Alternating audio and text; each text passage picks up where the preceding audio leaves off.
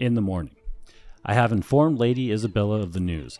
The loss of her brothers at sea the year before was hard enough for her to bear, but the passing of her mother and father has dealt a terrible blow to her spirit. I have not yet informed her of the deaths and her father's name, as I am still going through the accounts. To lose what remains of her family and the fortunes within a year? The debts seem given her heavily to one of the new companies, that of the Red Sign. I am unfamiliar with it, but both her father and brothers seem to have paid quite an expense on their joint enterprise and exploration of the islands around the New World. It is rather confusing in parts, but I am parsing the information piece by piece. Despite the loss, she has remained strong. Each morning, she goes to the church on the grounds and prays. I have asked the local priest to visit her and bestow what support he can. F. We traveled there by coach over several days, and I was not privy to the visit. Isabella met the man in his cell alone and spoke with him for hours before she finally returned. Her eyes were bright, and where the tedium of days had worn upon her, she seemed invigorated with new life. I have seen this look before, and I do not like it. It was the light that burned in her brother's eyes, her father's eyes, worried. I asked how the conversation had gone, and she said the treasure upon the man was not the Azoth, but the man himself. He was living proof that the Fountain of Youth existed, and it could grant eternal life to those who found it. The Isle of Azoth was no legend, it was true.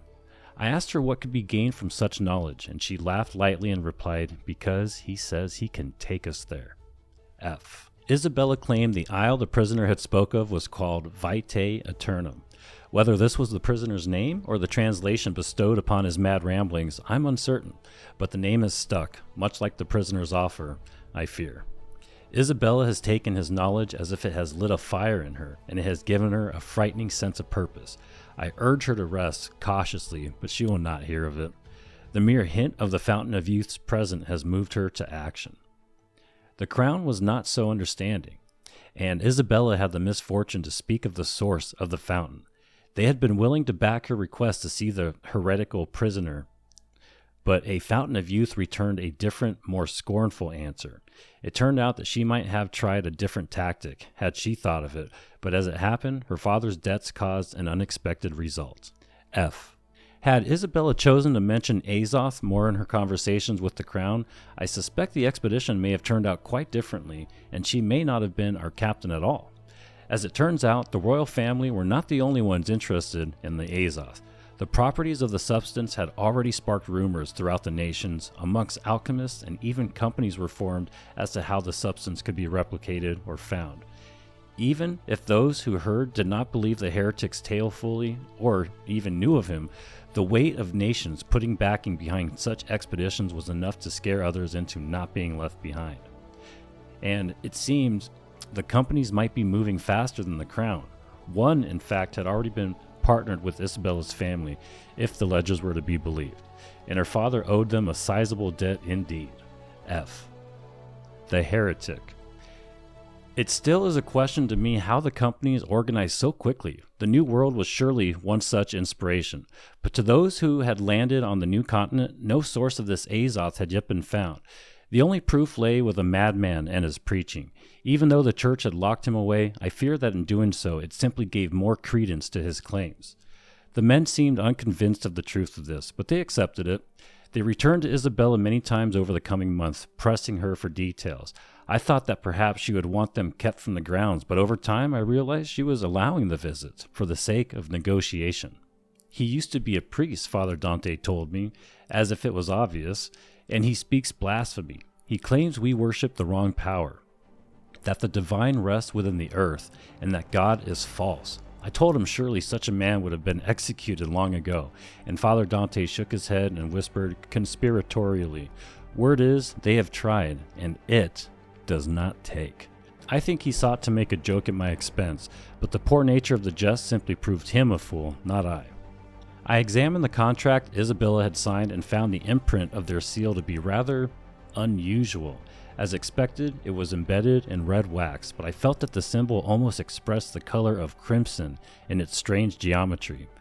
I could not make sense of it, yet could not tear my eyes away. Isabella, noticing my gaze, said that she had seen the symbol, drawn with who knows what, inscribed on the walls of the heretic's cell, also in red, but not in wax. Azoth is not the Isle's true wealth. Vitae Aeternum's value lies much deeper than a vial of blue fire. Even if it rises from the ground in such quantities, it is akin to a field ready to be harvested. How she managed it, I do not know, but Isabella is to command the expedition. I have no idea how she negotiated such a result or where she received the gold to back the 3 ships of the expedition. I suspect she concluded the contract with the Red Sign, and the company now moves with a faith in the presence of Azoth that matches Isabella's. The 3 vessels of the expedition, the Santiago, the Santa Maria de la Consolacion, and the San Cristobal, are to set sail in a matter of months, yet there is still the question of where these vessels are bound. Do they intend to scour all of the Atlantic? And what had she offered them when she has no gold to her name, nor any lands to speak of, or any influence at all? On the day the expedition set sail, I discovered what Isabella had used in her negotiation. It was shackled below decks of the Santa Maria de la Consolacion, a dirty, hunched man with a great beard and eyes like embers in the hollow of his face. His wrists and ankles were clapped in irons, though there was nowhere for him to run, lest he sought to plunge over the side and drown, perhaps. She had freed the heretic from his church cell. This man, barely a human at all, was to be our guide? If I had known, I would never have come aboard, and now I fear where the words of this man will take us, to the bottom of the sea, or worse, to hell. I do not know. But it is some place far from God's grace, of that I am certain. I was to learn later on, the Red Sign had sought to extract the knowledge of the Isle of Azoth from the madman many times, but the only one he said he would show was Isabella. She must be the captain, he said. Do this, and I shall show you the way to Vitae Aeternum. It is a devil's price, and Isabella has paid it. Isabella spends more and more days below decks, speaking to the heretic. It concerns me, but each conversation seems to calm her, and we adjust our course after each discussion. Strangely enough, except for Father Dante, the crew have not questioned the man's presence. Perhaps they thought he was imprisoned early in the voyage for some crime, but they know not the truth of it. I fear the day they learn he is providing guidance to our efforts. There would be mutiny if they knew whose hands were really steering the ship. The expedition suffers. At first, the lack of wind proved difficult. Now the storms strike us. We seem to circle sections of the ocean, always at Isabella's insistence, but it is almost as if the navigation provided by the heretic is meant to cost us time, our food stores, and our faith. Our supplies run low, and tempers among the crew have risen. I suspect the crew would blame Isabella were it not for the bouts of sickness, not from the voyage, but the fever that seems to strike when the winds become calm. Father Dante has taken to caring for her during these times. When the storms beset us, she is on deck, with an authority and command that puts the crew to task. The men fear her, and just when it seems treason might overshadow these thoughts, her presence quells their doubts. It is a strange sort of command. She uses not facts, but conviction to cow those around her. Even I fear her. I have not mentioned my journal, nor the letters I brought home from chronicling our voyage. I have a strange feeling that Isabella would not be pleased with them. The Santiago and the San Cristobal seemed to fare little better than we. Once, a storm almost separated us from the Santiago, but Chief Pilot Keyes on the San Cristobal found her and brought her back to us. I fear that only Keyes' navigation through the storms has saved us, not once, but twice now. I do not have much opportunity to meet Keyes at port. I took her for a servant, in fact. She is rumored to be from the West Indies, but not a slave, curiously enough. But I pray we do not lose her before we discover we need to turn back, for she is exceptionally gifted, or lucky. I'll take either. The last storm nearly ended us. In its wake, the disposition of the crew has become ugly. Fights have broken out, and the other day one man stabbed another for a perceived insult. Both now sit in the brig, accompanying the heretic in chains. The crew's whispers about the heretic have grown louder. Father Dante speaks of him as a curse, exerting a devilish influence upon the voyage and the captain. I fear that if we do not find some hint of Aeternum soon, the crew will mutiny. Captain Isabella seems unconcerned, and I fear she will not see a mutiny until it is too late. We lost sight of the Santiago first. We fear it now lies on the bottom of the ocean, but we caught no sign of its lights in the great waves hitting our ship. Whatever has become of it and the San Cristobal, only God knows their fate. We are fighting for our own lives, and we may not last the night. Yet, over the storm, I heard laughing from below decks. It was the Heretic, laughing, but at what? I do not know.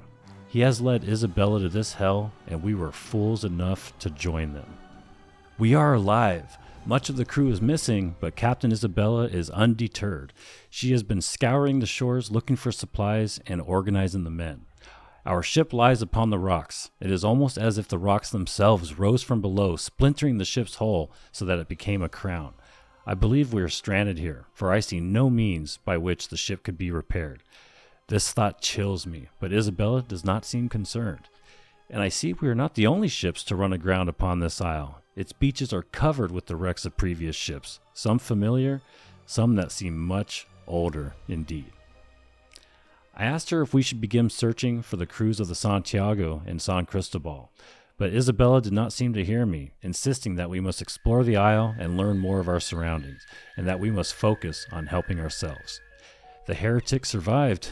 He was waiting for us on the beach, still shackled by the arms and ankles, yet he was smiling, staring about him. Sand was on his brow, his face, and his lips, as if he had touched it to the shore, kissing it as welcome. We have made camp and gathered what supplies we can from the ship. This isle of Vitae Aeternum, for better or worse, is now our home until rescue comes. Captain Isabella has not spoken of the other 2 ships we have lost, and has given no orders to search for them, only survivors from our own ship, as if somehow they might escape into the isle. I realize now her concerns lie in that they find something she herself seeks and somehow take it from her. It is disturbing, but gives her purpose. I recovered my footlocker with the journals and letters, all dry and intact. I confess I would have felt better had another crate of provisions washed ashore instead, but the writings give me comfort. The men, already close to starving before the storm hit, have taken to hunting and foraging for supplies. Isabella is reluctant to let them out of her sight. She has ordered them to report any discoveries to her first and not to investigate them on their own. The Heretic proved no help, giving me further cause to believe he had never set foot on Aeternum. He scoffed at the hunters and foragers picking at berries, and remarked rather oddly, "It does not matter. Aeternum provides bounty, but one cannot starve to death here." I have grown sick of the man's chattering. Every rattle of his chains irritates me. To know that he survived when many of the crew did not, it makes me think there is no justice here except where we make it. Isabella's health has improved from the voyage. While at times the fever rises, her spirit seems calmer upon land, as if anchored by finally being upon Aeternum's shores.